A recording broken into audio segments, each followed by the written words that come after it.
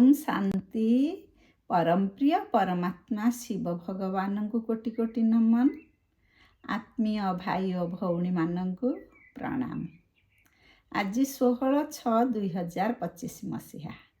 स्वयं परम पिता परमात्मा आमको अनेक महावाक्य प्रतिदिन कहउछंती, किंतु आज स्वतंत्र भावरे आमे तांकर केमिति आज्ञाकारी संतान होई देवपद हासिल करिबा, सेथिपाई अनेक उत्साह उन्मादना मनरे सृष्टि करैछंती। तृतीय नयन देई आमको किपरि सारा पुराना दुनिया को भूलिबा तार बाट भी बतैछंती। आसंतु आमे समस्ते से कथा को भल रूपे सुनिबा, अनुसरण करिबा। बाबा ज्ञान चक्षु देइछंती बा तृतीय नयन देइछंती। काहेकि देइछंती? सेही तृतीय नयन माध्यम रे आमे आत्मा को चिन्हिबा, परमात्मा को जानिबा, शांति धाम जानिबा, सुख धाम जानिबा, सेठी भी विचरण करिबा, ताकू अनुभव को नेबा। बाबा आमको पाठ पढ़ौछंती, केही देहधारी आमको पाठ पढ़ौ नाहंती। स्वयं परम पिता परमात्मा शिव भगवान आमको पाठ पढ़ौछंती।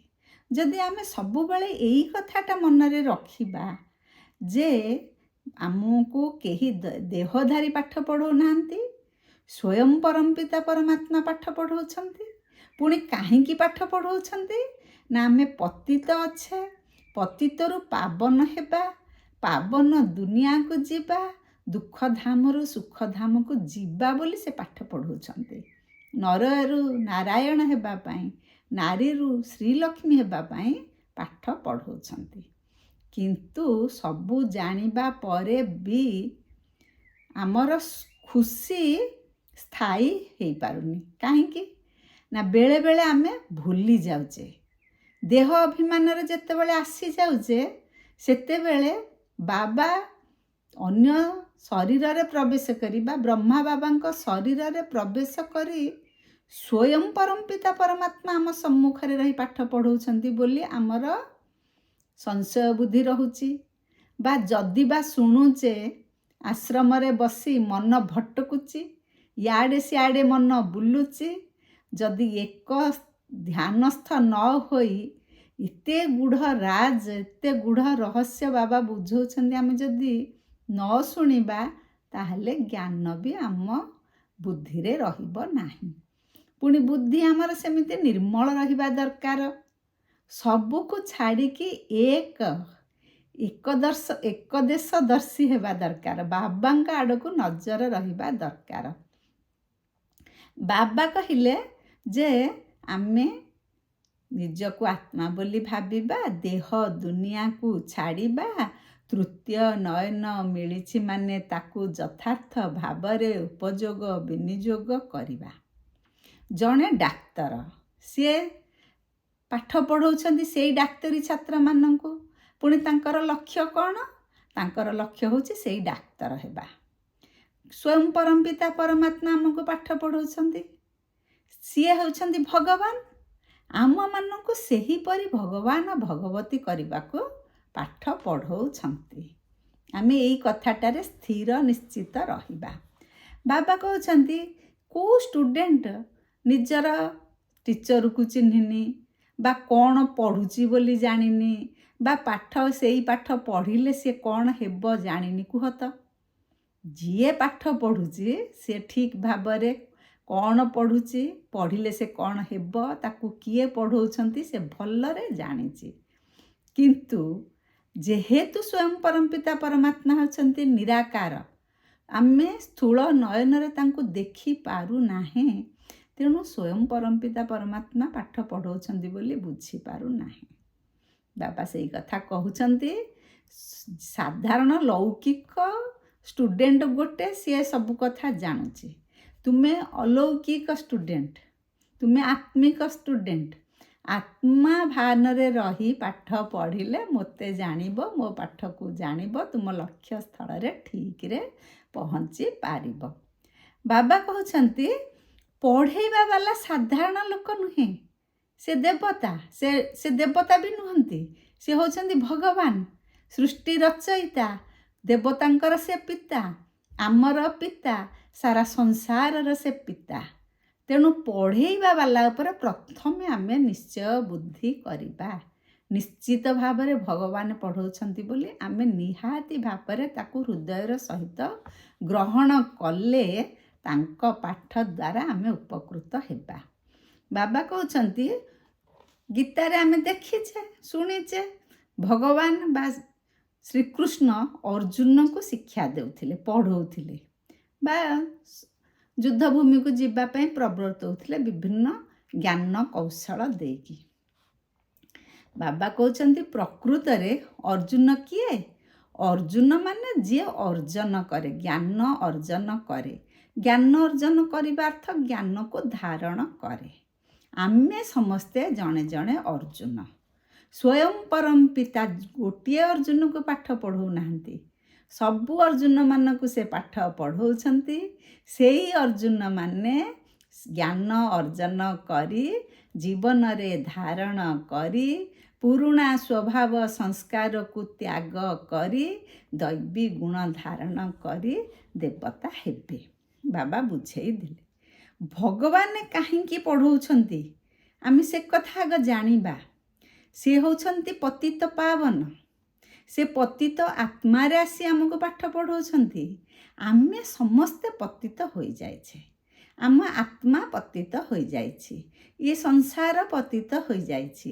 ଏ ପତିତ ଆତ୍ମାମାନଙ୍କୁ ପାବନ କରିବେ, ଦ୍ୱିମୁକୁଟଧାରୀ କରିବେ, ଅର୍ଥାତ୍ ସତ୍ୟ ଯୁଗରେ ରାଜା ରାଣୀ ରହିବା ପାଇଁ ସେ ପାଠ ପଢ଼ଉଛନ୍ତି।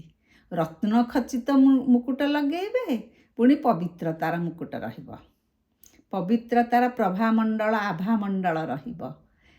ବର୍ତ୍ତମାନ ତ ରାଜା ନାହାନ୍ତି। ଯେତେବେଳେ ଆମେ ଜାଣିଛେ ଇତିହାସରେ ଅନେକ ରାଜାମାନଙ୍କ ବିଷୟରେ ଗପ ଶୁଣିଛେ ବା ଇତିହାସ ପଢ଼ିଛେ, ସେମାନେ ମୁକୁଟ ପିନ୍ଧନ୍ତି, ରାଜସିଂହାସନରେ ବସନ୍ତି, କିନ୍ତୁ ସେମାନେ ରତ୍ନ ଖଚିତ ମୁକୁଟ ପିନ୍ଧନ୍ତି। କାହିଁକି ନା ସେମାନେ ପତିତ ହୋଇଯାଇଛନ୍ତି। ପବିତ୍ର ରହିବା ମାନେ ଦ୍ୱିମୁକୁଟଧାରୀ ତାଙ୍କୁ କୁହାଯାଏ। ଆମେ ସମସ୍ତେ ସେଇ ପବିତ୍ରତାର ମୁକୁଟ ଧରିବା ପାଇଁ ଆମର ଚାହନା ରହିବା ଦରକାର। ଭଗବାନ ଆସିଛନ୍ତି, ଆମେ ବୁଝୁଛେ, ପୁଣି ମାୟା ଆମକୁ ଭୁଲେଇ ଦେଉଛି। ମାୟା ବଡ଼ ଜବରଦସ୍ତ। 2500 ବର୍ଷ ହେଲାଣି ରାବଣ ଶାସନ ଚାଲିଛି, କିନ୍ତୁ ବର୍ତ୍ତମାନ ରାମ ଆସିଛନ୍ତି। ଏ ରାବଣ ଶାସନ ଭିତରେ ଆମେ ସବୁ ସୀତାମାନେ, ମାନେ ଯେତକ ଆତ୍ମା ବନ୍ଦୀ ହୋଇ ରହିଛନ୍ତି। ସ୍ୱୟଂ ରାମ ଆସିଛନ୍ତି ଆମକୁ ନେବା ପାଇଁ, ମୁକୁଳେଇବା ପାଇଁ, କିନ୍ତୁ ଆମେ ତାଙ୍କୁ ବିଶ୍ୱାସ କରି ତାଙ୍କ ହାତ ଧରି ଯିବାକୁ ହେବ।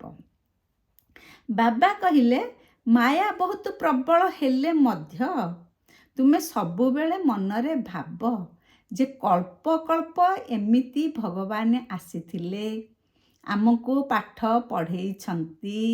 ଆମେ ତାଙ୍କ ପାଠ ପଢ଼ି ମାୟା ସହିତ ଯୁଦ୍ଧ କରି ଆମେ ମାୟାଜିତ ହେଇଛୁ। ଏମିତି ପ୍ରତିକଳ୍ପ ଅନ୍ତରେ ଭଗବାନ ଆସନ୍ତି, ଆମେ ପ୍ରତିକଳ୍ପ ଅନ୍ତରେ ମାୟାଜିତ ହୋଇ ଜଗତ ଜିତ ହୋଇଛୁ। ତେଣୁ ଏବେ ଆମର ମାୟା କିଛି କରିପାରିବ ନାହିଁ। କାହିଁକି ନା ଆମେ ଏମିତି କେତେ ଥର ମାୟାକୁ ହଟେଇଛୁ। ଯଦି ଏମିତି ଭାବିବା, ତାହେଲେ ଆମେ ମାୟାଜିତ ହୋଇପାରିବା। ଯଦି ଆମେ ମାୟାକୁ ଦେଖିଲେ ଡରିବା, ମୁଁ ପାରିବିନି ବୋଲି ଭାବିବା, ତାହେଲେ ମାୟା ବହୁତ ପ୍ରବଳ, ସେ ମାଡ଼ି ବସିବ। ଯେମିତି ଆମର ଗୋଟିଏ ପୁରାଣରେ ଆମେ ଶୁଣିଛେ, ଗଜ ଉଦାହରଣ ବିଷୟ ଆମେ ଜାଣିଛେ। ଗଜକୁ କୁମ୍ଭୀର ଆକ୍ରମଣ କଲା, ଟାଣି ନେଉଥିଲା, ସେ କିନ୍ତୁ ଭଗବାନଙ୍କୁ ଡାକିଲାରୁ ପୁଣି ଉଦ୍ଧାର ହେଲା। ସେହିପରି ଆମକୁ ମାୟା ଟାଣି ନେଉଛି ତା ପଟକୁ। ଆମେ ଭଗବାନଙ୍କ ପାଖରେ ନିଜକୁ ଅର୍ପଣ କରି ତାଙ୍କ ଜ୍ଞାନରେ ଶ୍ରୀମତରେ ବାଟ ଚାଲି ଆମେ ପୁଣି ଉଦ୍ଧାର ପାଇବା ଏଇ ରାବଣ କବଳରୁ, ପୁଣି ସତ୍ୟ ଯୁଗକୁ ଯିବା। ଆମେ ଏଇ ମାୟା ଅଧୀନ ହେଇ ହେଇ ତମ ପ୍ରଧାନ ହେଇଯାଇଛି। ବର୍ତ୍ତମାନ ଆମେ ବାବାଙ୍କର ହାତ ଧରି ତାଙ୍କ ଜ୍ଞାନରେ ଚାଲି ପୁଣି ସତ୍ତ୍ୱ ପ୍ରଧାନ ହେବା। ବର୍ତ୍ତମାନ ଚଢ଼ତି କଳା ସମୟ, ମାନେ ଆମେ ଦିନକୁ ଦିନ ସିଡ଼ି ଚଢ଼ି ଚଢ଼ି ସ୍ୱର୍ଗରେ ପହଞ୍ଚୁଛେ। କିନ୍ତୁ ସ୍ୱର୍ଗରୁ ବି ଆମେ ଓହ୍ଲେଇ ସିଡ଼ି ଓହ୍ଲେଇ ତାମାନେ ଦିନକୁ ଦିନ ଆମର କଳା ହରଣ ହେଇ ଆମେ ଏଇଠି ତମ ପ୍ରଧାନ ଯୁଗରେ ପହଞ୍ଚି ଯାଇଛେ। ବାବା ତ ସବୁ ବୁଝେଇ ଦେଉଛନ୍ତି। ଆମେ ଏବେ ଯିବା ସ୍ୱର୍ଗକୁ, 16 କଳା ସମ୍ପୂର୍ଣ୍ଣ ନିର୍ବିକାରୀ ପୁରୁଷୋତ୍ତମ ଆତ୍ମା ହୋଇକି ଯିବା। ପୁଣି ଆସ୍ତେ ଆସ୍ତେ କଳା ହରଣ ହେଇ ସତ୍ୟ ଯୁଗରେ ସୂର୍ଯ୍ୟବଂଶୀ ହେଇଥିବା, ତାପରେ ତ୍ରେତା ଯୁଗକୁ ଚନ୍ଦ୍ରବଂଶୀ ହେବା, 14 କଳା ଧରିବା, ମାନେ ଆମ ଆତ୍ମାରେ 14 କଳା ରହିବ ବା ଆତ୍ମା କିଛି କମି ବର୍ତ୍ତମାନ ଆମେ ଶୂଦ୍ର ହେଇଯାଇଛେ, କଳା ଶୂନ୍ୟ ହୋଇଯାଇଛେ ବା କିଛି କଳା ଅଛି। ବାବା ସେଇ କଥା ବୁଝଉଛନ୍ତି ଯେ କେବଳ ତୁମକୁ ଗୋଟିଏ ବାଟରେ ଯିବାକୁ ପଡ଼ିବ, ଭଗବାନଙ୍କୁ ଚିହ୍ନିବାକୁ ପଡ଼ିବ। ଭଗବାନଙ୍କୁ ମନେ ପକେଇ ୟାଦ କରି ପାପ ବିକର୍ମ କଲେ ହିଁ ତୁମେ ପୁରୁଷାର୍ଥ ବଳରେ ସତ୍ୟଯୁଗକୁ ଯିବ, ପବିତ୍ର ହୋଇ ଶାନ୍ତିଧାମକୁ ପ୍ରଥମେ ଯିବ। ବାବା ଆମକୁ କହୁଛନ୍ତି ତୁମେ ରୂପ ବସନ୍ତ। ରୂପ ବସନ୍ତ କ'ଣ? ମାନେ ଆମେ ସ୍ୱରୂପ ଆମର ହେଉଛି ଆତ୍ମା। ଆତ୍ମାର ସ୍ୱରୂପ କ'ଣ? ମାନେ ଆତ୍ମା ହେଉଛି ସୁଖ, ଶାନ୍ତି, ଆନନ୍ଦ, ପ୍ରେମ, ପବିତ୍ରତାର ସ୍ୱରୂପ। ଭଗବାନ ଯାହାର ସାଗର, ଆତ୍ମା ହେଉଛି ତାହାର ସ୍ୱରୂପ। ପୁଣି ବସନ୍ତ କ'ଣ? ବସନ୍ତ ହେଉଛି ବସନ୍ତ ଋତୁରେ ଯେମିତି ସୁନ୍ଦର ଚାରିଆଡ଼, ସେମିତି ସୁଖ, ଶାନ୍ତି, ଆନନ୍ଦ, ପ୍ରେମ ଏଗୁଡ଼ାକ ସବୁ ଆମର ନୀତିଦିନିଆ ଆତ୍ମାର କାରବାର। ତେଣୁ କିନ୍ତୁ ରୂପ ମାନେ ଆମେ ଯୋଗ କଲେ ହିଁ ଆମ ଆତ୍ମା ପବିତ୍ର ହେବ, ତେଣୁ ଆମକୁ ରୂପ କୁହାଗଲା। ବସନ୍ତ ମାନେ ଆମେ ଜ୍ଞାନ ଶୁଣିଲେ ହିଁ ସୁଖ, ଶାନ୍ତି, ଆନନ୍ଦ, ପ୍ରେମ, ପବିତ୍ରତା ଶକ୍ତିରେ ଭରପୁର ହେବା। ତେଣୁ ରୂପ, ଯୋଗ ବଳରେ ରୂପ ଆଉ ଜ୍ଞାନ ବଳରେ ଆମେ ବସନ୍ତ। ତେଣୁ ଆମକୁ ବାବା କହିଲେ ତୁମେ ରୂପ ବସନ୍ତ। ବାବା ତ ସବୁ ପାଠ ପଢ଼ଉଛନ୍ତି, ବୁଝଉଛନ୍ତି, ଆମେ କେବଳ ତାଙ୍କ ପାଠରେ ଉଦ୍ବୁଦ୍ଧ ହୋଇ ଆମେ ସବୁ କଥାକୁ ଗ୍ରହଣ କରି ଆଗକୁ ବଢ଼ିବା। ବାବା କହିଲେ ଯେ ଡାକ୍ତର ଯିଏ ହେଇଛି ସିଏ କେତେ ପରିଶ୍ରମ କରୁଛନ୍ତି, ଦରକାର ପଡ଼ିଲେ ଖାଇବା ପିଇବାକୁ ବି ତାଙ୍କୁ ଫୁର୍ସତ ନାହିଁ। ଆମେ ବିଶ୍ୱର ମାଲିକ ହେବା, ଛୋଟ ମୋଟ ପଦବୀ କି ସବୁବେଳେ ଗୋଟିଏ କଥା ଭାବିବା, ଏତେ ଉଚ୍ଚ ଆସନ, ଏତେ ସୌଭାଗ୍ୟ, ଏମିତି ଭାଗ୍ୟ, ଏମିତି ପଦବୀ, ଏମିତି ସମ୍ମାନ, ଏମିତି ଶାନ୍ତି, ଏମିତି ସୁଖ, ଯାହାକି କୌଣସି ଦେହଧାରୀ ଏଇ ଯୁଗରେ ପାଇପାରୁନାହାନ୍ତି। କୌଣସି ଧନୀ ସାହୁକାର, ଯିଏ ମନ୍ତ୍ରୀ, ଯିଏ ଯାହା ଯେତେ ବଡ଼ ପୋଜିସନରେ ଥାଆନ୍ତୁ, ସେମିତି ସୁଖ କାହାରି ଭାଗ୍ୟରେ ନାହିଁ। କେବଳ ସ୍ୱୟଂ ପରମପିତା ପରମାତ୍ମାଙ୍କୁ ଚିହ୍ନି ଜାଣି ତାଙ୍କରି ପାଠ ପଢ଼ିଲେ ଆମେ ସେଠାରେ ପହଞ୍ଚି ପାରିବା। ଉଚ୍ଚ ପଦ ପାଇବା ପାଇଁ ଉଚ୍ଚ ପାଠ ପଢ଼ୁଛେ, ପୁଣି ତାକୁ ଉଚ୍ଚ ସବୁଠାରୁ ଶ୍ରେଷ୍ଠତମ ଉଚ୍ଚତମ ସ୍ଥାନରେ ଥିବା ଆମର ପରମପିତା ପରମାତ୍ମାଙ୍କ ଦ୍ୱାରା ପଢ଼ୁଛେ। ତେଣୁ ଆମର ସେମିତି ଚଳଣି ହେବା ଦରକାର। ରାଜା ହେବା ନା, ରାଜକୀୟ ଚଳଣି ଆମର ରହିବା ଦରକାର, ରୟାଲ ଚଳଣି। ବାବା କହୁଛନ୍ତି ରାଜାଙ୍କୁ ଯଦି କିଛି କିଏ ଦେବାକୁ ଚାହୁଁଛନ୍ତି, ରାଜା କ'ଣ ସାଙ୍ଗେ ସାଙ୍ଗେ ହାତକୁ ହାତ ଜିନିଷ ନେଉଛନ୍ତି? ନେଉନାହାନ୍ତି। ସିଏ ଇସାରା କରୁଛନ୍ତି ତାଙ୍କର ତଳିଆ କର୍ମଚାରୀକୁ ବା ମନ୍ତ୍ରୀଙ୍କୁ, ସେ ଇସାରା କରୁଛନ୍ତି, ମନ୍ତ୍ରୀ ଆଣୁଛନ୍ତି ଯାହା, ପୁଣି ଆଣିଲା ବେଳେ ରାଜା ଭାବନ୍ତି ତାଙ୍କୁ ପୁଣି କ'ଣ ୱାପସ ଦେବାକୁ ପଡ଼ିବ। ଥରେ ଗ୍ରହଣ କରିଛ ମାନେ ୱାପସ ଦେବାକୁ ପଡ଼ିବ। ବ୍ରହ୍ମା ବାବା ଏଥିରେ ବହୁତ ବଡ଼ ଅନୁଭବୀ ଥିଲେ। କିନ୍ତୁ ଏଇ ଦ୍ୱାପର ଯୁଗରେ ତ କେତେକ ରାଜା ପୁତ୍ରବତ ପାଳନ କରୁଥିଲେ, ତ କେତେକ ରାଜା ବହୁତ ଶୋଷଣ ବି କରୁଥିଲେ। କିନ୍ତୁ ସତ୍ୟ ଯୁଗରେ ଯେଉଁମାନେ ମହାରାଜା ମହାରାଣୀ ହେବେ, ସେମାନେ ପୁରା ସେ ରାଜା ସିନା ନାମକୁ ମାତ୍ର, କିନ୍ତୁ ସେ ସବୁ ପ୍ରଜାଙ୍କର ପିତୃବତ୍ ରୋଲ୍ କରିବେ, ସମସ୍ତଙ୍କୁ ନିଜର ପୁତ୍ର ପରି ପାଳନ କରିବେ। ବାବା କହୁଛନ୍ତି ଯେ ସତ୍ୟ ଯୁଗରେ ଯେଉଁ ଆମର ଲାଇଟ୍ର ତାଜ ରହିବ, ଲାଇଟ୍ ମାନେ ପବିତ୍ରତାର ତାଜ, ସେଥିପାଇଁ ଆମକୁ ଏତେ ପରିଶ୍ରମ କରିବାକୁ ପଡ଼ୁଛି। ପବିତ୍ରତା ଆଧାରରେ ହିଁ ଆମେ ସତ୍ୟ ଯୁଗକୁ ଯାଇପାରିବା। ତେଣୁ ଆମକୁ ଏଠି ଦେହକୁ ଭୁଲିବାକୁ ପଡ଼ିବ, ଦେହ ଦୁନିଆକୁ ଭୁଲିବାକୁ ପଡ଼ିବ, ଖରାପ ସ୍ୱଭାବ ସଂସ୍କାରକୁ ଛାଡ଼ିବାକୁ ପଡ଼ିବ। ଯାହା ଯେତେ ଆମର ପୁରୁଣା ଅଭ୍ୟାସ ଅଛି ତାକୁ ସବୁ ଛାଡ଼ିବାକୁ ପଡ଼ିବ।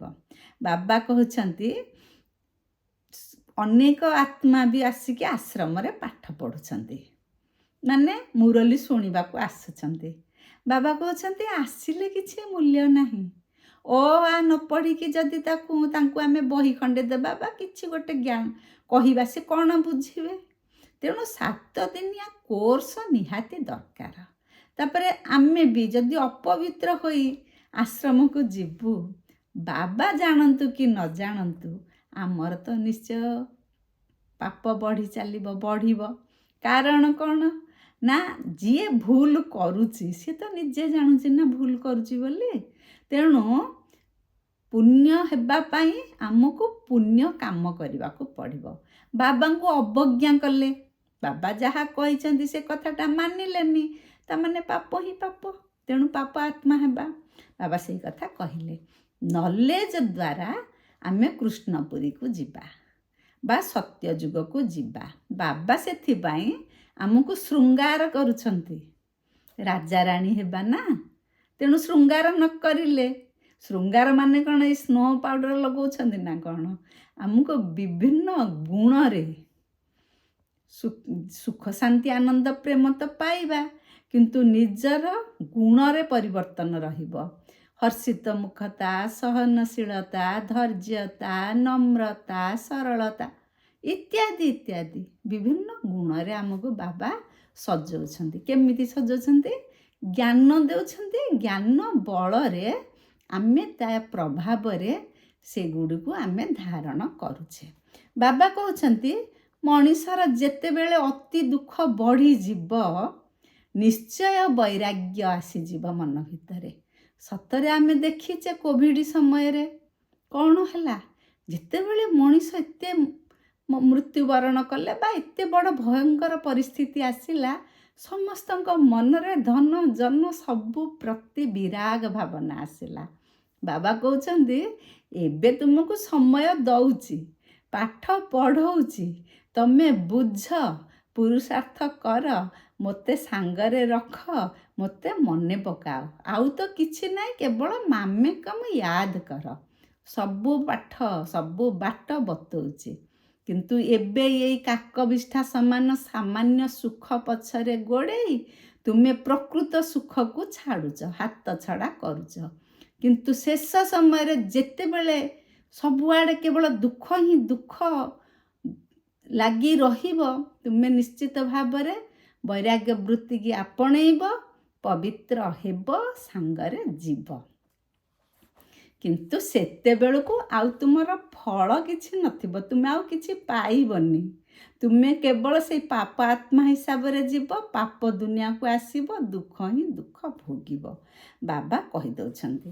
ବାବା କହିଲେ ସୌଭାଗ୍ୟଶାଳୀ ବୋଲି ନିଜକୁ ଭାବ। ଯିଏ ଭଗବାନଙ୍କୁ ଚିହ୍ନିଲେ ସିଏ ବହୁତ ସୌଭାଗ୍ୟଶାଳୀ।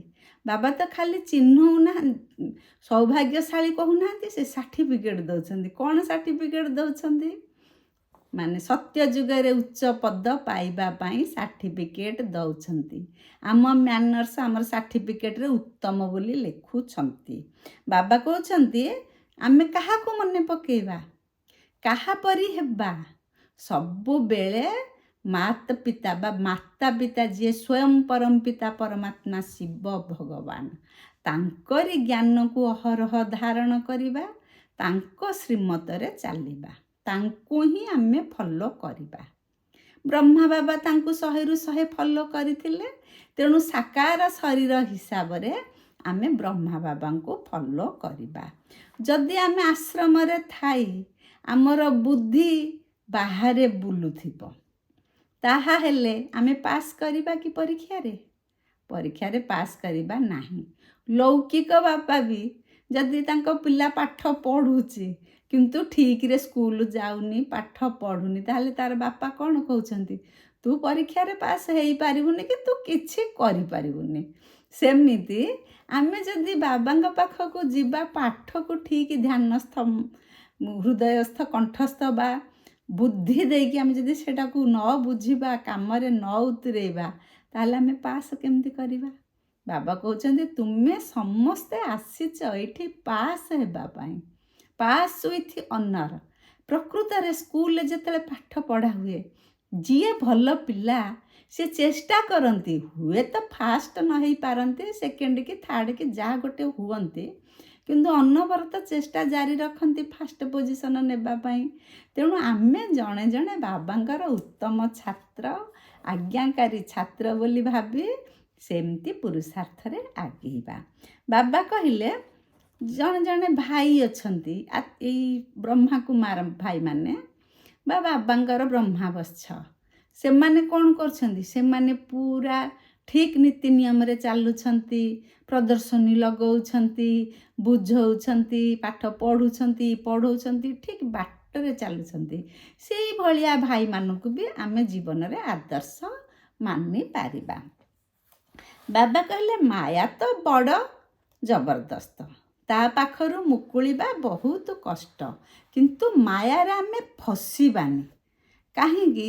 ଯଦି ଆମେ ଭାବିଦେବା ମାୟା ଆମଠୁ ଜବରଦସ୍ତ, ତାହେଲେ ଆମେ ଫସିଯିବା। ଧରନ୍ତୁ ବେଳେବେଳେ ପିଲାମାନେ କୁହନ୍ତି, ବାବା ମୋତେ ବହୁତ ଦୁଃଖ ଲାଗୁଛି, ମୋତେ ବହୁତ ଅସୁବିଧା ହେଉଛି, ମାୟା, ମାନେ ଏମିତି ବିଭିନ୍ନ ପ୍ରକାର କମ୍ପ୍ଲେନ୍ କରନ୍ତି। ବାବା କୁହନ୍ତି ତୁମେ ବର୍ତ୍ତମାନ ଯୁଦ୍ଧ ମଇଦାନରେ ଅଛ, ଖେଳୁଛ, ମନେକର ତୁମକୁ ବଲ୍ ମୋ ପାଖକୁ ନ ଆସୁ, ତାହେଲେ ଖେଳ କେମିତି ଜମିବ? ତମ ପାଖକୁ ମାୟା ଯିବା କଥା ଯିବ, କିନ୍ତୁ ପ୍ରତି ଷ୍ଟେଜରେ ତୁମକୁ ଭାବିବାକୁ ହେବ ଯେ ମାୟା କିଛି ନୁହେଁ, ମାୟା ଗୋଟିଏ କାଗଜ ବାଘ, ମୁଁ ଜବରଦସ୍ତ, ସବୁବେଳେ ମୁଁ ଏମିତି ମାୟା ସହିତ ଯୁଦ୍ଧ କରିଥିଲି, ଏବେ କରୁଛି, ମୁଁ ଜିତିଥିଲି, ମୁଁ ଏବେ ଜିତିବି। ବାହାଦୁର ପିଲା ଯିଏ ସେ ଚୁଁ କିଛି ହୁଅନ୍ତିନି, ଚୁଁ ଚାଁ ନ ହୋଇ ସେ ଜିତିବା ପାଇଁ ସବୁବେଳେ ଚେଷ୍ଟା କରନ୍ତି। ତେଣୁ ତୁମେମାନେ ମୋର ବାହାଦୁର ପିଲା, ବାବା କହୁଛନ୍ତି। ତେଣୁ ସବୁବେଳେ ଆମେ ଭାବିବା କଳ୍ପ ମୁଁ ମାୟା ସହିତ ଯୁଦ୍ଧ କରିଛି, କଳ୍ପ ମୁଁ ଏ ପାଠ ପଢ଼ିଛି, ଜିତିଛି, ପୁଣି ମୁଁ ସ୍ୱର୍ଗବାସୀ ହୋଇଛି। ବାବା କହୁଛନ୍ତି ସତ୍ୟନାରାୟଣ ପୂଜା ପାଠ ଚାଲିଛି ବର୍ତ୍ତମାନ ଦୁନିଆରେ, କିନ୍ତୁ ସ୍ୱୟଂ ସତ୍ୟନାରାୟଣ ଶିବ ବାବା ଆସିଛନ୍ତି, ପାଠ ପଢ଼ଉଛନ୍ତି, ଆମକୁ ନରରୁ ନାରାୟଣ କରୁଛନ୍ତି, ସେ କଥା ଲୋକମାନେ ଜାଣିପାରୁନାହାନ୍ତି। ତେଣୁ ଆମେ ଯେହେତୁ ଜାଣିଗଲେଣି ସତ୍ୟନାରାୟଣ ହେବା ପାଇଁ, ଆମେ ନିଜେ ନାରାୟଣ ହେବା, ଏଥିପାଇଁ ଆମେ ପାଠ ପଢ଼ୁଛେ, ଏ କଥା ଆମେ ଜାଣିବା। ତେଣୁ ଇଏ ଯେଉଁ ସଂସାର ବର୍ତ୍ତମାନ ଏତେ ବଡ଼ ପରିବର୍ତ୍ତନ ହେବାକୁ ଯାଉଛି, ତାକୁ ଆମେ ଅନୁଭବ, ବର୍ତ୍ତମାନ ତ ଆମେ ଫିଲ୍ଡରେ ଅଛେ ନା, ଆମେ ଜାଣୁଛେ ପ୍ରକୃତରେ ସଂସାରରେ କ'ଣ ହେଉଛି, ପୁଣି ଆହୁରି କ'ଣ ହେବାର ଅଛି। ଯେହେତୁ ଏ ପରିବର୍ତ୍ତନ ବିଶେଷ ପରିବର୍ତ୍ତନ ହେବ, ଆମେ ଆଗୁଆ ସବୁ ଏ ପାଠ ଜାଣି ସାବଧାନ ହୋଇଯିବା। ବାବା କହିଲେ ଗାୟନ ଅଛି, ଅତୀନ୍ଦ୍ରିୟ ସୁଖ ଜାଣିବାକୁ ଚାହୁଁଛ ତ ଗୋପ ଗୋପୀମାନଙ୍କୁ ପଚାର। ଆମର ଏମିତି ଗୋଟେ ଗାୟନ ଅଛି। ଗୋପ ଗୋପୀ ପ୍ରକୃତରେ କିଏ? ବାବା କହିଦେଲେ ଆମେ ସମସ୍ତେ ଗୋପ ଗୋପୀ। ବାବା ମୁରଲୀ ପଠନ କରୁଛନ୍ତି, ସେଇ ମୁରଲୀ ପଠନ ଶୁଣିବା ପାଇଁ ଆମେ କେତେ ଆନନ୍ଦରେ ଯାଉଛେ। ଅତୀନ୍ଦ୍ରିୟ ସୁଖ ଆମମାନଙ୍କ ଜୀବନରେ ହିଁ ଅଛି ବା ଆମେ ହିଁ ଭୋଗୁଛେ। ବାବା କହୁଛନ୍ତି ପ୍ରଦର୍ଶନୀ ଚାଲିଛି, ପ୍ରଦର୍ଶନୀରେ ଆମେ କ'ଣ କହୁଛେ? ପ୍ରଦର୍ଶନୀର ଉଦ୍ଦେଶ୍ୟ କ'ଣ? ଆମେ କେମିତି ସୁଖରେ ଅଛେ ଭଗବାନଙ୍କୁ ଜାଣିକି ସେ କଥା ବୁଝଉଛେ, କେମିତି ସ୍ୱର୍ଗ ସ୍ଥାପନ ହେବ, ଭାରତ ଖଣ୍ଡରେ ହିଁ ସ୍ୱର୍ଗ ସ୍ଥାପନ ହେବ ସେ କଥା ବି ବୁଝଉଛେ। ବିନାଶ ହେଉଛି ବା ବିନାଶ ଖୁବ୍ ଶୀଘ୍ର ଆସୁଛି, ଏଇ କଥା ବି ବୁଝଉଛେ। ଆମେ ପ୍ରଦର୍ଶନୀରେ ଆମ ପାଠର ମୂଳ ଲକ୍ଷ୍ୟ କ'ଣ ସବୁ ବୁଝଉଛେ। ତେଣୁ ପ୍ରଦର୍ଶନୀ ତ କରୁଛେ, ପ୍ରଦର୍ଶନୀରେ ତ ବିଭିନ୍ନ ଚିତ୍ର ମାଧ୍ୟମରେ ବୁଝଉଛେ, କିନ୍ତୁ ସମସ୍ତେ ଯେ ଆସୁଛନ୍ତି ସେ କଥା ତ ନୁହେଁ। କିନ୍ତୁ ଯିଏ ଆସନ୍ତୁ ନ ଆସନ୍ତୁ ପ୍ରଦର୍ଶନୀ ଲଗେଇକି ଆମେ ବୁଝେଇବା ନିହାତି ଆବଶ୍ୟକ। ମାୟା ଆସିବ, କିନ୍ତୁ ଆମେ ତାକୁ ସମ୍ଭାଳିକି ରହିବା, ତା ସହିତ ଲଢ଼େଇ କରିବା, ତାକୁ ଆମେ ଦବେଇକି ରଖିବା। ଆମେ ବିଶ୍ୱର ମାଲିକ ହେବା, ଏଇ ଖୁସିଟା ସବୁବେଳେ ମନରେ ରଖିବା। ଯଦି ନିଜକୁ ବିଶ୍ୱ ମାଲିକ ହେଉଛେ ବୋଲି ଭାବିଦେବା ନା, ଯେତେ କଷ୍ଟ ପଡ଼ିଲେ ସିଏ ଆଉ କଷ୍ଟ ଲାଗିବ ନାହିଁ। ବାବାଙ୍କ ଠାରୁ ଆମେ ସ୍ୱର୍ଗ ନେବା, ନିଶ୍ଚିତ ଭାବରେ ନେବା। ବାବା ଆସିଛନ୍ତି ଦେବା ପାଇଁ, ଆମେ ନେବା ବୋଲି ଭାବିଲେ ହିଁ ପାଇବା। ତେଣୁ ବାବା କହୁଛନ୍ତି ପତିତ ଦୁନିଆକୁ ମୁଁ ଆସିଛି, ପତିତ ଜନକୁ ପାବନ କରୁଛି, ପାବନ ଦୁନିଆକୁ ନେବି। କେବଳ ତୁମେମାନେ ମାମେକମ୍ ୟାଦ କର, ମାନେ ମୋତେ ମନେ ପକାଅ। ଦୁଇଟି ଅକ୍ଷର ବା ଦୁଇଟି ଶବ୍ଦକୁ ତୁମେ ମନେ ରଖ। ତୁମେ 7 ଦିନିଆ କୋର୍ସ କରିଦିଅ। ଯଦି ସମୟ ନ ମିଳିଲା, ପ୍ରତିଦିନ ମୁରଲି କ୍ଲାସ୍କୁ ଯାଇ ନ ପାରୁଛ, ତାହେଲେ ବିଭିନ୍ନ ସାଧନ ଅଛି, ଶୁଣ। ତା ସହିତ ଦୁଇଟି ଶବ୍ଦକୁ ସବୁବେଳେ ମନେ ପକାଅ। ମୁଁ ଆତ୍ମା, ମୋତେ ପରମପିତା ପରମାତ୍ମା ହିଁ ପାଠ ପଢ଼ଉଛନ୍ତି। ସେଇ ପାଠ ବଳରେ ମୁଁ ସତୋପ୍ରଧାନ ହେଇ ସତ୍ୟଯୁଗକୁ ଯିବି, ଦେବ ଆତ୍ମା ହେବି। ଇଏ କଥାକୁ ତୁମେ କେବେ ହେଲେ ଭୁଲ ନାହିଁ। ବାବା କହୁଛନ୍ତି ସବୁବେଳେ ଭାବ, ମୋ ସାମ୍ନାରେ ମୃତ୍ୟୁ ଖଡ଼ା ହେଇଛି, ଠିଆ ହୋଇଛି। କେତେବେଳେ ମୃତ୍ୟୁ ଆସିଯିବ, ମୁଁ କେଉଁଦିନ ଆଉ ବାବାଙ୍କ କଥା ଶୁଣିବି? କେଉଁଦିନ ବାବାଙ୍କ କଥାରେ ଚାଲିକି ମୋ ନିଜ ଭାଗ୍ୟକୁ ଗଢ଼ିବି, ପୁରୁଷାର୍ଥ କରିବି? ଏଇ କଥା ହିଁ ତୁମେ ସବୁବେଳେ ମନରେ ରଖ। ଆଉ ବିକାରୀ ହେବିନି କି ପୂଜାରୀ ହେବିନି ବୋଲି ଭାବ। ପୂଜାରୀ କ'ଣ? ଦେବୀ ଦେବତାଙ୍କୁ ମୁଁ ପୂଜା କଲେ, ମୁଁ ପିତାଙ୍କୁ ଚିହ୍ନିଲା ପରେ ପିତା ହିଁ ମୋତେ ସବୁ ଦେବେ। ତେଣୁ ପିତାଙ୍କୁ ହିଁ ମୁଁ ପୂଜା କରିବି ବା ପିତାଙ୍କ ଠାରୁ ଜ୍ଞାନ ଆହରଣ କରିବି। ବାବା କହିଲେ ପୁରୁଣା ଦେହର ଅଭିମାନ ଛାଡ଼। ପୁରୁଣା ଦେହକୁ ଆମେ ଛାଡ଼ିକି ଯିବା, ପୁରୁଣା ଦୁନିଆକୁ ଛାଡ଼ିକି ଯିବା। ତେଣୁ ତା ପ୍ରତି ଯେଉଁ ମନରେ ଏତେ ମମତ୍ୱ ରହିଛି, ତା ପ୍ରତି ଆମେ ଆସ୍ତେ ଆସ୍ତେ ସେ ଜିନିଷକୁ ଭୁଲିବା। କେମିତି ଭୁଲିବା? ଯେବେ ଆମେ ଭଗବାନଙ୍କ ସହିତ ପୁରା ଅନ୍ତରର ସହିତ ଯୋଗ ଲଗେଇ ଆମେ ତାଙ୍କୁ ମୋର ବୋଲି ଭାବିଦେବା, ତାହେଲେ ଆମେ ଆସ୍ତେ ଆସ୍ତେ ଭୁଲିଯିବା। ବାବା କହୁଛନ୍ତି ନାଟକ ଶେଷ ସମୟ ହେଲାଣି, ଆଉ ସମୟ ନାହିଁ। ନାଟକ ଶେଷ ସମୟ ପୂର୍ବରୁ ମୋତେ ତମ ପ୍ରଧାନରୁ ସତ୍ୱପ୍ରଧାନ ହେବା ଦରକାର। ତେଣୁ କିଏ ସତ୍ୱପ୍ରଧାନ ହେବ? ଶରୀର ତ ନୁହେଁ, ଆତ୍ମା ସତ୍ୱପ୍ରଧାନ ହେବ। ତେଣୁ ଆତ୍ମା ସତ୍ୱପ୍ରଧାନ ହେବା ପାଇଁ ନିଜକୁ ଆତ୍ମା ବୋଲି ଭାବିବା, ପରମପିତା ପରମାତ୍ମାଙ୍କୁ ଆତ୍ମାର ପିତା ବୋଲି ଭାବିବା।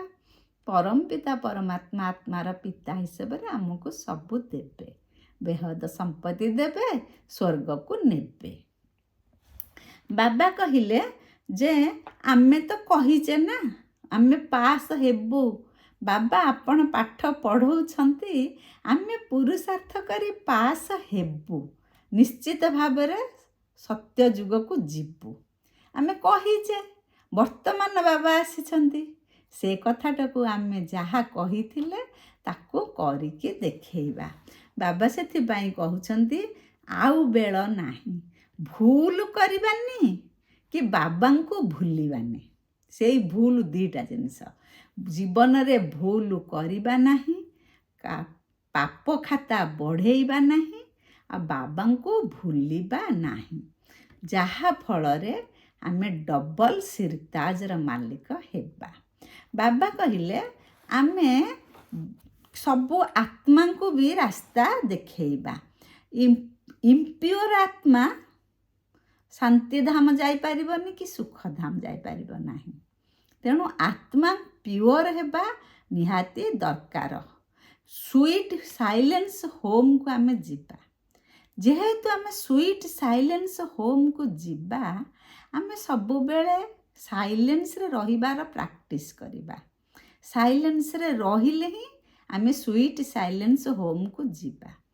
ପ୍ରକୃତରେ ଯେତେ ଅଧିକ କଥା କହିବା ସେତେ ଶକ୍ତି ନଷ୍ଟ, ସେତେ ଭୁଲ ବାହାରିବ। କଥା କହିବା କମ୍ କରି ବାବାଙ୍କ ସହିତ ଆମେ କଥାବାର୍ତ୍ତା ହେବା ପାଇଁ ଚେଷ୍ଟା କରିବା। ବାବା କହିଲେ, ଅନେକ ପିଲା କୁହନ୍ତି, ବାବା ମୋତେ ଦୁଃସ୍ୱପ୍ନ ଆସୁଛି, ଦୁଃସ୍ୱପ୍ନ ଆସୁଛି, ଦୁଃସ୍ଥିତି ଆସୁଛି, ଦୁଃପରିସ୍ଥିତି ଆସୁଛି, ବିଭିନ୍ନ ପ୍ରକାରର ଅସୁବିଧା ଆମେ ନିଶ୍ଚିତ ଭାବରେ ସାମ୍ନା କରୁଛେ। ବାବା ସେଥିପାଇଁ କହିଲେ, ଖାଲି ଦୁଃସ୍ୱପ୍ନ ଆସୁଛି ବୋଲି ଭାଙ୍ଗି ପଡ଼ିଲେ ହେବନି। ଦୁଃସ୍ୱପ୍ନ ଆସୁଛି ବୋଲି ଆମେ ଖାଲି ବାବାଙ୍କୁ କହିଦେଲେ ହେବନି। ବେଳେବେଳେ ମନରେ ବି ସ୍ୱପ୍ନ ଆସୁଛି, ଖରାପ ଭାବନା ଆସୁଛି, ମନକୁ କଷ୍ଟ ଆସୁଛି, ନିଦ ହେଉନି। ଇଏ ସବୁ ମାୟାର କାମ। ମାୟା ରୟାଲ ରୂପରେ ଆମ ମନକୁ ପୁରା କଣ୍ଟ୍ରୋଲ କରିକି ରଖିଛି। ତେଣୁ ଆମେ ଯେତେବେଳେ ଜାଣିଗଲେ ଇଏ ସବୁ ମାୟାର କାମ, ମାୟାଠାରୁ ବର୍ତ୍ତିବା ପାଇଁ ଏକମାତ୍ର ଉପାୟ ମାମେକମ୍ ୟାଦ କର। ତେଣୁ ଭଗବାନଙ୍କୁ ଆମେ ମନେ ପକେଇ ତାଙ୍କୁ ସାଥୀ କରି ତାଙ୍କ ସହଯୋଗରେ ଆମେ ଏସବୁ ପରିସ୍ଥିତିକୁ ନିଶ୍ଚୟ ପାର କରିପାରିବା। ବାବା କହିଲେ, ମାୟା ଉପରେ ବିଜୟ ପାଇବା ପାଇଁ ଆମେ ଚେଷ୍ଟା କରିବା। କର୍ମବନ୍ଧନରୁ ବଞ୍ଚିବା ପାଇଁ ବାବାଙ୍କ ସହିତ ପ୍ରୀତି ବୁଦ୍ଧି ଲଗେଇବା, ଆଉ କାହା ସହିତ ନାହିଁ। ଦେହ ଦୁନିଆ ଦେହ ସହିତ ବି ପ୍ରୀତି ବୁଦ୍ଧି ରଖିବା ନାହିଁ। ପୁରୁଣା ଦେହ ଅଭିମାନକୁ ଛାଡ଼ିବା। ଆମେ ନିଜକୁ ଯୋଦ୍ଧା ବୋଲି ଭାବିବା। ଆମେ କାହା ସହିତ ଅସ୍ତ୍ରଶସ୍ତ୍ର ଧରି ଯୁଦ୍ଧ କରୁନେ, ମାୟା ସହିତ ଯୁଦ୍ଧ କରୁଛେ। ମାନେ ଯେତେ ସବୁ ଆମକୁ ଲୌକିକ ଆକର୍ଷଣ, କାକବିଷ୍ଠା ସମାନ ସୁଖ, ତା ପଛରେ ନ ଗୋଡ଼େଇ ଆମେ ଭଗବାନଙ୍କ କଥା ଶୁଣିବା। ବାବା ବି କହିଛନ୍ତି ଯେ ଯିଏ ବି ଆସୁ, ଯେତେ ଧନୀ ଲୋକ ହେଉ, ଯେତେ ଅଧିକ ସମ୍ପତ୍ତି ଥାଉ, କିନ୍ତୁ ଯେତେ ବଡ଼ ଲୋକ ହେଲେ ବି ତାଙ୍କ ଉପରେ ହେଲେ ଭଗବାନ। ସିଏ ଯାହା ଦେବେ ସତ୍ୟ ଯୁଗରେ ରାଜା କରିବେ। ସୁଖ ଶାନ୍ତି ଆନନ୍ଦ ପ୍ରେମରେ ରହିବା, ସୁନା ମହଲରେ ରହିବା, ସବୁ ପ୍ରକାର ସେ ଯାହା ଦେବେ, କୌଣସି ଧନୀ ବ୍ୟକ୍ତି ପାଖରେ ଏଠି କିଛି ରହିବ ନାହିଁ। ପୁଣି ଯାହା ବି ଅଛି ସବୁ ବିନାଶ ହେବ। ପୁରା ସବୁ କାହାର ରାଜା ଖାଇବ, କାହାର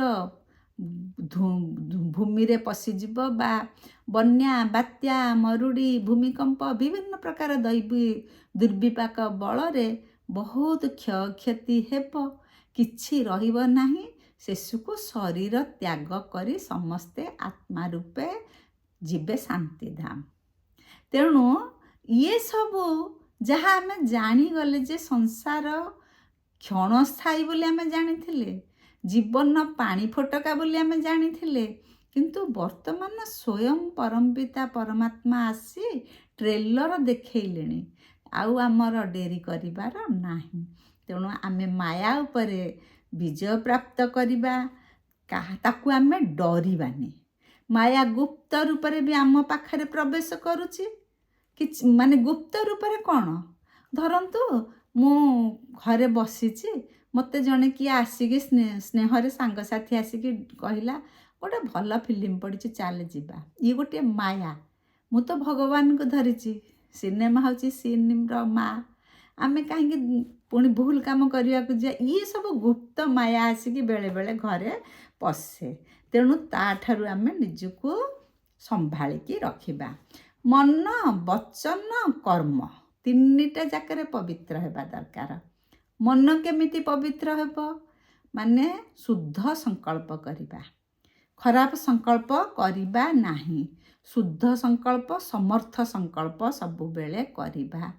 ବଚନରେ ମଧୁରତା ରହିବ, ସତ୍ୟତା ରହିବ। କର୍ମରେ ହର୍ଷିତ ମୁଖତା, ଧୈର୍ଯ୍ୟତା, ନମ୍ରତା, ସନ୍ତୁଷ୍ଟତା, ଏସବୁ ଜିନିଷ ରହିବ। ତାହେଲେ ଆମେ ଜାଣିବା ଯେ ଆମର ମନ, ବଚନ, କର୍ମ ସବୁ ପବିତ୍ର ରହିଛି। ଏଇ ଆଧାରରେ ହିଁ ଆମକୁ ମାର୍କ ମିଳିବ। ବାବା ଯେଉଁ କହୁଛନ୍ତି ପୁରୁଷାର୍ଥ କଲେ ନମ୍ବରବାର ହେଇକି ତମେ ଯିବ, ମାନେ କ୍ରମାନ୍ୱୟରେ ତୁମର ପଦପଦବୀ ରହିବ। ଇଏ ହେଉଛି ପଦବୀ ପାଇବାର ଆଧାର। ଏମିତି ସମ୍ପୂର୍ଣ୍ଣ ପବିତ୍ର ହେଇଗଲେ ସେଇ ପିଲାର ବାବା ଗୁଣଗାନ କରନ୍ତି। ଏମାନେ ସବୁ କର୍ମ ସିଦ୍ଧ କରିବା ବାଲା ବୋଲି ବାବା କହନ୍ତି। ଆଉ ବାବାଙ୍କର ନିକଟତମ ରତ୍ନ ହିସାବରେ ସେମାନେ ରହନ୍ତି। ବାବା ତାଙ୍କୁ ପୁରା ମନରେ ବା ପାଖରେ ସାଇତି ରଖନ୍ତି। ତାପରେ ଯଦି ସମ୍ବନ୍ଧ ସମ୍ପର୍କରେ ଆମେ ଲାଇଟ୍ ହେବା, ସମ୍ବନ୍ଧ ସମ୍ପର୍କରେ ଲାଇଟ୍ ହେବା, କିନ୍ତୁ ଦିନଚର୍ଯ୍ୟାରେ ଲାଇଟ୍ ବା ହାଲୁକା ହେବାନି ବା ଢିଲା ହେବାନି। ଯଦି ଦିନଚର୍ଯ୍ୟା ଆମର ଢିଲା କରିଦେବା, ବାବାଙ୍କୁ ମନେ ପକାଇବାନି, କିଛି କରିବାନି, ତାହା ହେଲେ ଆମେ ପାଇବା କ'ଣ? ତେଣୁ ଆମେ ସବୁବେଳେ ଭଗବାନଙ୍କୁ ସାଥିରେ ରହି ଖୁସିରେ ଚାଲିବା। ଓମ୍ ଶାନ୍ତି। ସବୁ ଭାଇ ଭଉଣୀମାନଙ୍କୁ ମୋର ଅନେକ ଅନେକ ଶୁଭକାମନା। ସମସ୍ତେ ଶାନ୍ତିରେ, ସୁଖରେ, ଆନନ୍ଦରେ, ପ୍ରେମରେ ରୁହନ୍ତୁ। ଓମ୍ ଶାନ୍ତି।